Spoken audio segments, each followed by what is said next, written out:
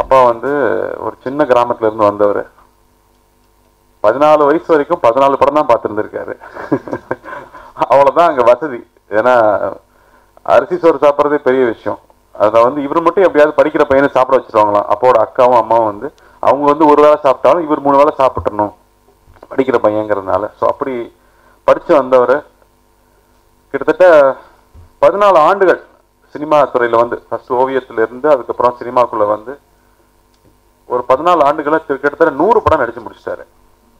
நான் 10 வருஷத்துல நான் 15 படம் நடிச்சிருக்கேன். அவர் 14 வருஷத்துல 100 படம் நடிச்சு முடிச்சுட்டு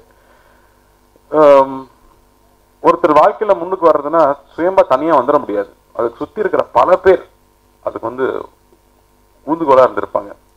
அந்த வகையில வந்து பிராஸ்வை படிக்க போறேன்னு சொன்னபோது எல்லாரும் வந்து என்ன டாக்டரா இன்ஜினியரான எப்பவும் அதே கேள்விதான். எப்போ நான் சொல்றது 60 வருஷத்துக்கு முன்னாடி அதே கேள்விதான் இருந்திருக்கு. டாக்டரா இன்ஜினியராங்கும் போது இல்ல நான் வந்து பொம்மை படம் படிக்க போறேன்னு. என்னன்னா பொம்மை காலேஜ் செத்த காலேஜ் தான் சொல்லுவாங்களா? இப்போ ஆர்ட்ஸ் காலேஜுங்கிறது செத்த காலேஜ்னு சொல்லுவாங்களா? ஸோ அங்க படிக்க போறேன்னு சொல்லும் போது அதுக்கு யாராவது ஃபன் பண்ணுவாங்களா? நம்ம ஊர்ல அது ஏதோ ஒரு டாக்டரா இன்ஜினியரா நாளைக்கு அழகா சம்பாதிப்பான்னு பண்ணுவாங்க. யாருமே ஃபன் பண்ண மாட்டாங்கும் போது நான் வேணா யாராவது எனக்கு படிக்க அனுப்பிச்சிங்கன்னா நான் உங்களோட அடிமைன்னு நான் வந்து ஒரு சங்கிலி போட்டு உங்க பேர் அதில் எழுதி வச்சுக்கிறேன் அப்படின்னு சொல்லிட்டு ஒரு லெட்டர் எழுதி வச்சிருந்தாங்களா அப்பா.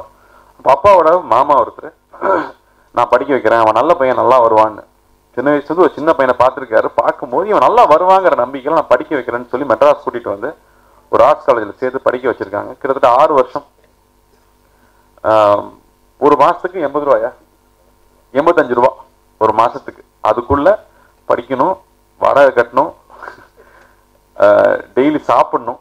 ஸோ இது அத்தனையும் பிளான் பண்ணி அந்த 6 வருஷம் முடிக்கிறப்ப கரெக்டாக 3000 4000 ரூபாயில படிச்சு முடிச்சு கிட்டத்தட்ட ஒரு 100 ஓவியங்களுக்கு மேல அது வெளியூடுகள்லாம் போய் ஸ்பாட் பெயிண்டிங்கா வரைஞ்சு முடிச்சாரு. ஸோ இன்னைக்கு வரைக்கும் அப்பா சொல்றது என்னோட பெஸ்ட் டைமுக்கு இந்த 6 வருஷம் தான் அப்படின்னு சொல்லிட்டே இருப்பாங்க. ஸோ அப்படி படிச்சு முடிச்சு வந்தவர் சினிமா துறைக்கு வந்து ஒரு 14 வருஷத்துல 100 படம் நடிச்சு முடிக்கும் போது எத்தனையோ இயக்குநர்கள், எத்தனையோ ப்ரொடியூசர்ஸ், எத்தனையோ மக்கள் பார்த்து இவருடைய கலையை வந்து பாராட்டினதுனாலதான் இங்க வர முடிஞ்சது. அவங்களுக்கு திருப்பி என்ன செய்ய முடியும்?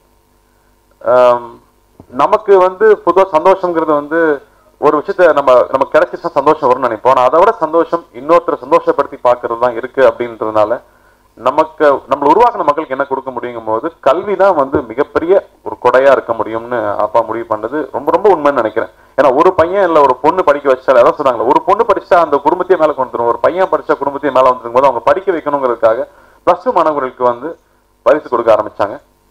அப்போ வந்து 1978 வருஷம் அப்போட 100வது படம் வெளியாகி அது 100 நாட்கள் ஓடி இருந்த ஃபங்க்ஷன்ல எம்ஜிஆர் அவர்கள் முதல்வராக இருந்தப்போ சிவகுமார் கல்வி அறக்கட்டளை ஆரம்பிக்கப்பட்டது. 80ல ஃபர்ஸ்ட் ஃபங்க்ஷன் நடந்துச்சு.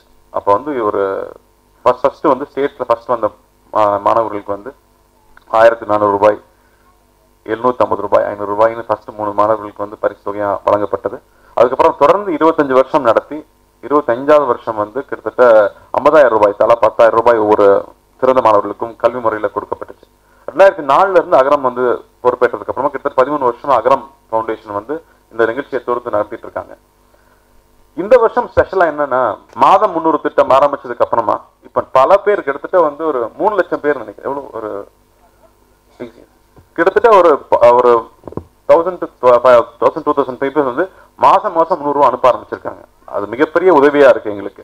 ஸோ இப்படி பல பேருடைய கை சேர்ந்துதான் அகரம் நடத்திட்டு இருக்கு. நாங்க நடத்துறோம் மட்டும் தயவு செஞ்சு நடக்காதீங்க. ஒரு சின்ன விஷயம் நான் சொல்லணும்னு ஆசைப்பட்டேன்னா வந்து இப்போ இந்த பசங்க எல்லாம் பேசும்போது இந்த வயசுல நாங்களாம் இந்த அளவுக்கு எங்களுக்கு ஒரு விஷயத்த சொல்ல தெரியுமான்னு எனக்கு தெரியல.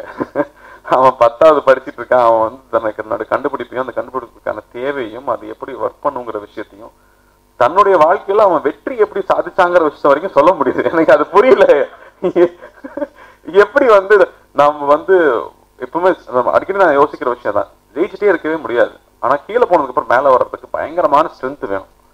ஸோ மேல இருக்கிறவங்களே கீழே போன மேல வரைக்கும் ஸ்ட்ரென்த் வேணும்னா அப்ப கீழே இருக்கிறவங்க மேல வர்றதுக்கு மிகப்பெரிய ஸ்ட்ரென்த் வேணும். அந்த ஸ்ட்ரென்த் உங்ககிட்டயே தான் இருக்கு, வெளியிலலாம் கிடையாது. எனக்கு இது வேணும், நான் இதை சாதிப்பேன்னு மனசால நீங்க நம்பிட்டீங்கன்னா அது உங்களுக்கு வந்துருச்சு, டைம் தான். ஸோ இது மட்டும்தான் நான் வந்து சொல்லி முடிச்சுக்கணும்னு ஆசைப்படுறேன். நம்புங்க, நீங்க நம்புனீங்கன்னா உங்களால சாதிக்க முடியும்னு நம்புனீங்கன்னா, டேய் தம்பி ஜெயக்குமார், நீ வரைக்கும் ஒன்றும் சாதிக்கல, நிறைய சாதிக்கணும், உங்களை தான் நம்பி இருக்கோம் நாங்கெல்லாம். அதனால நீ இப்பவே ரிலாக்ஸ் ஆகி தூங்கிடாத, உனக்கு தூக்கம் தேவையில்லை இப்போதைக்கு. அதே மாதிரி இங்க வந்திருக்க சாதனையாளர்கள் எல்லாருக்குமே சொல்றேன், உங்களுடைய சாதனைகள் வந்து இப்போதைக்கு இங்க வந்திருக்கிறது ஒரு சின்ன ஒரு ஊந்துகோல், அவ்வளவுதான். சாதிச்சுதான் நினைச்சிடாதீங்க, இன்னும் ரொம்ப தூரம் போக வேண்டியது இருக்கு, நிறைய விஷயம் சாதிக்கணும். நீங்க சாதிச்சு உங்க சுத்தி இருக்கிறவங்களுக்கு ஹெல்ப் பண்ணுங்க, அது ரொம்ப ரொம்ப முக்கியம். நமக்கு அறிவு இருக்கு, நமக்கு திறமை இருக்கு, நமக்கு செல்வம் இருக்குன்னா அது அடுத்தவங்களுக்கு கொடுக்கறதுக்கு தான். அதை ஞாபகம் வச்சுக்கோங்க. ரொம்ப நன்றி, தேங்க்யூ.